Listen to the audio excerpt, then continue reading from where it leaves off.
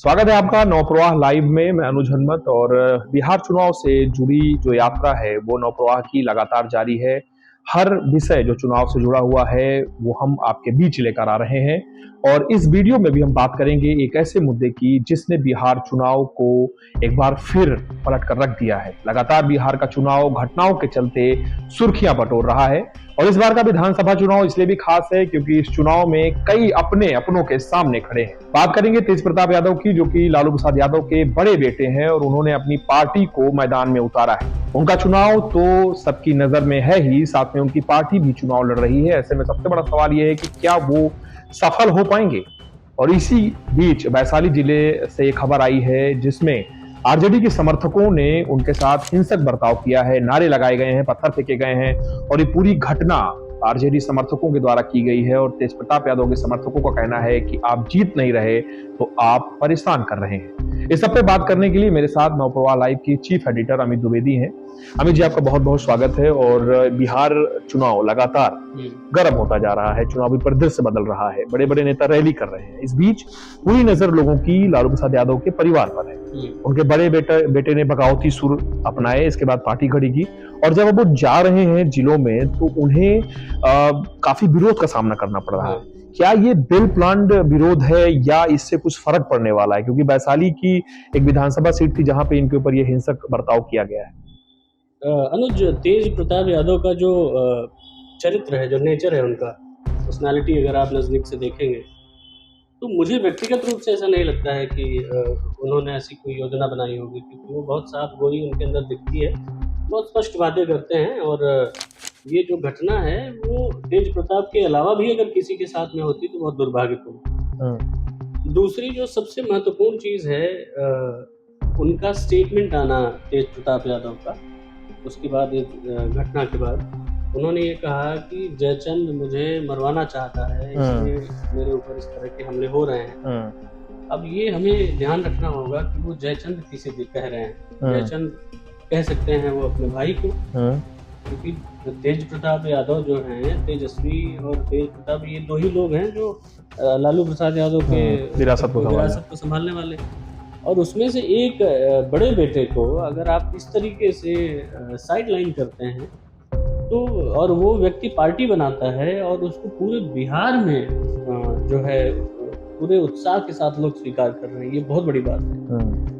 ये सारी चीज़ें देखते हुए तेजस्वी यादव के ऊपर अगर वो एलिगेशन लगाते भी हैं तो ये गलत एलिगेशन नहीं है, क्योंकि अगर आप शह नहीं देंगे, आप अगर किसी परिवार के मुखिया हैं और आप अगर अपने परिवार के किसी सदस्य को उकसाते नहीं हैं और अगर अच्छी बातें करते हैं अपने ही परिवार के किसी सदस्य के प्रति, तो वो परेशान नहीं करेगा। अगर राष्ट्रीय जनता दल आरजेडी के सदस्य या कार्यकर्ता इस तरह की घटना में भाग ले रहे हैं, आरजेडी लालटेन छाप जिंदाबाद और तेजस्वी यादव जिंदाबाद कह रहे हैं, तो मुझे व्यक्तिगत रूप से ऐसा नहीं लगता है कि वो तेजस्वी यादव की जानकारी में नहीं होगी बात, और तेजस्वी यादव के अगेंस्ट जाके कोई कार्यकर्ता ऐसा कर सकता है। हिम्मत नहीं होती कार्यकर्ताओं की, और खासकर बिहार जैसे प्रदेश में किसी नेता के अगेंस्ट में जाके इस तरह की कोई गतिविधि, कोई काम करे, मुझे नहीं लगता है। इससे असर क्या पड़ेगा? तेज प्रताप यादव जो लगातार बगावती रुख अख्तियार कर रहे हैं, कई इंटरव्यू हमने भी सुने हैं, उसमें उन्होंने कहा है कि मैं पूरी तरह से तेजस्वी के विरोध में हूं और कभी भी चुनाव के बाद भी मैं मिलूंगा नहीं, मेरी पार्टी नहीं मिलेगी। आपको क्या लगता है कि चुनाव मुद्दों पर लड़ना, पारिवारिक जिम्मेदारियों पर लड़ना और उसके बीच विरोध झेलना, क्या ये बड़ा बना रहा है तेज प्रताप को? बिल्कुल बड़ा बना रहा है। मुझे तो लगता है कि इस घटना के बाद उनका जो बिहार के लोगों का रुझान है वो और भी ज्यादा उनके प्रति बढ़ जाएगा। भावनात्मक जो बेनिफिट है, जो एक इमोशनल बेनिफिट मिलता है, बिहार, उत्तर प्रदेश, उत्तर भारत में ज्यादा मिलता है। ऐसा माना जाता है कि जिन जगहों पर लोग भावुक होते हैं, हालांकि ऐसा नहीं है कि दूसरे जगहों पर भावुक नहीं होते, लेकिन ये जो बेल्ट है पूरा नॉर्थ इंडिया, सेंट्रल इंडिया, यहाँ पर इमोशनल कार्ड बहुत खेला जाता है।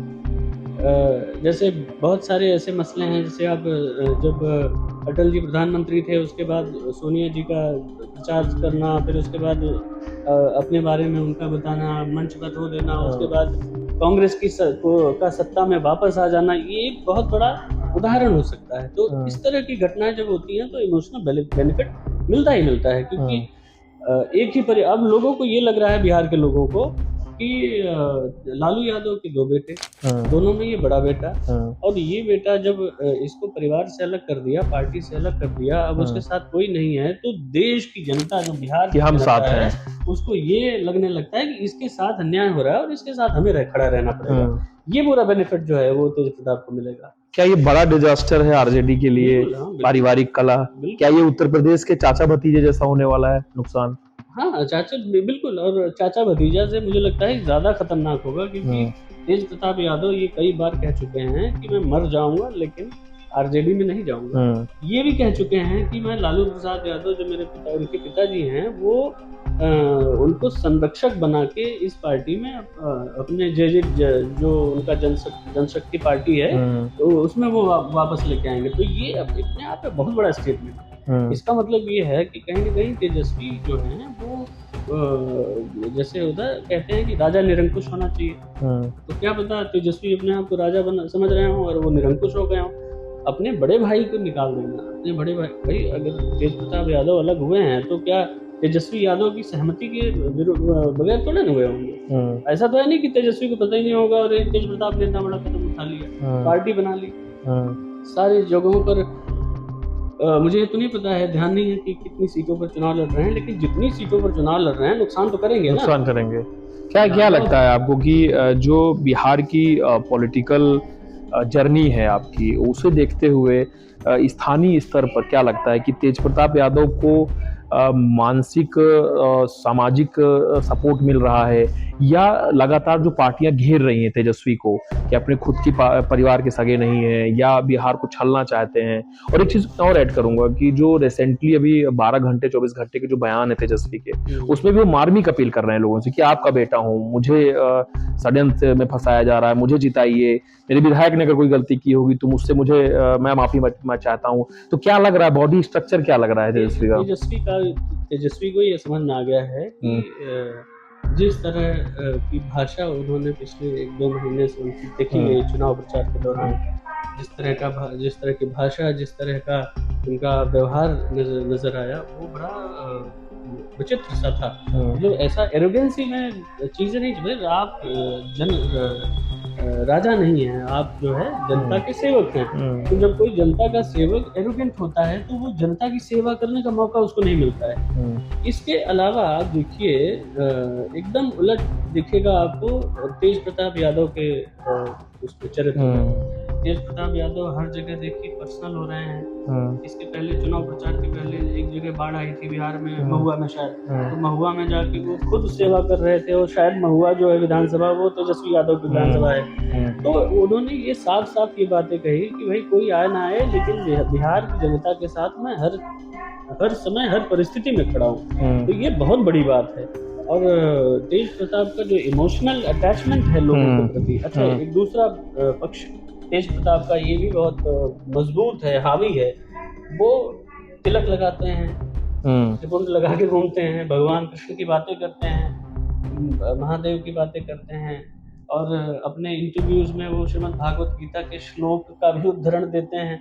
ये बहुत बड़ी बात है, ये एकदम से कनेक्ट, मतलब अपने आप को सनातनी दिखा रहे हैं। सनातनी दिखा रहे हैं। हिंदुओं का वोट भी उनको बहुत, मुझे लगता है कि अगर वो जहाँ उनके प्रत्याशी खड़े होंगे, प्रत्याशी अगर थोड़ा सा मजबूत होगा, तो वहां पर तेज प्रताप यादव का चुनाव प्रचार बहुत बड़ा गेम चेंजर साबित होता है। अच्छा, एक आखिरी सवाल अमित जी आपसे ये है कि आपको क्या लगता है कि पूरे बिहार चुनाव में एक बीच में आपको तेजस्वी नजर आ रहे हैं, और हमले करने में नरेंद्र मोदी भी हमलावर हैं, अमित शाह भी उनके ऊपर हमलावर हैं, जन स्वराज के संस्थापक प्रशांत किशोर भी हमलावर हैं, अब लगातार तेज प्रताप को भी देखा जा रहा है। तो ओवरऑल आपको क्या लगता है कि एक तरफ मुख्यमंत्री पद पर उनको प्रोजेक्ट करना महागठबंधन द्वारा, और उसके बाद हमले झेलना, तो क्या प्लस होने वाला है, या सब समझ चुके हैं कि वास्तविक स्थिति है कि हम टारगेट करेंगे और हम आगे बढ़ेंगे?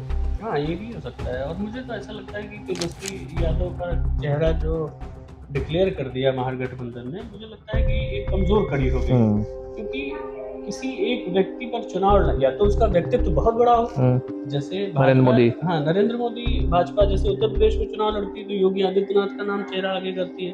अब योगी आदित्यनाथ जो का चेहरा जो है वो एक हिंदुत्ववादी प्रखर नेता का चेहरा है, एक ऐसा नेता जो पूरी तरीके से अपने लोगों को किसी भी तरीके से प्रोटेक्ट करना जानता है। तो जब आप इस तरह का आपका चेहरा हो और आप चुनाव लड़ें तो ये बड़ा फैक्टर साबित होता है। लेकिन तेजस्वी यादव का केस इतना ज़्यादा मजबूत नहीं है कि तेजस्वी यादव का नाम खड़ा करके रख के चुनाव जीता जा सकता है। तो इतना मुझे नहीं लगता कितना बड़ा फैक्टर होगा ये। चलिए, बहुत बहुत धन्यवाद आपका। तो इस बिहार चुनाव में जिस तरह की घटना हुई है और तेजप्रताप यादव के ऊपर जो हिंसक बर्ताव किया गया है, आरोप सीधा आरजेडी समर्थकों पर है, तेजस्वी के ऊपर है, तो इससे तय है कि ये चुनाव के दौरान ये जो घटना है इससे तेजप्रताप यादव और उनकी पार्टी को हो सकती है लाभ हो सकता है। और ये भी देखना होगा कि आगे तेजस्वी इस मुद्दे को लेकर के क्या जवाब देते हैं और तेजप्रताप यादव इस पूरी घटना को लेकर कैसा बर्ताव करते हैं, सब देखना होगा। नवप्रवाह लाइव में लगातार बने रहिए, चुनावी यात्रा जारी है। हम आपको ऐसी बातचीत के माध्यम से ये भी समझाने का प्रयास करेंगे कि आखिर बिहार चुनाव में दिन ब दिन मतदान के पहले कैसा माहौल होता जा रहा है, पार्टियों के क्या स्टेटस है और किस तरीके का प्रभाव चुनाव पर पड़ने वाला है।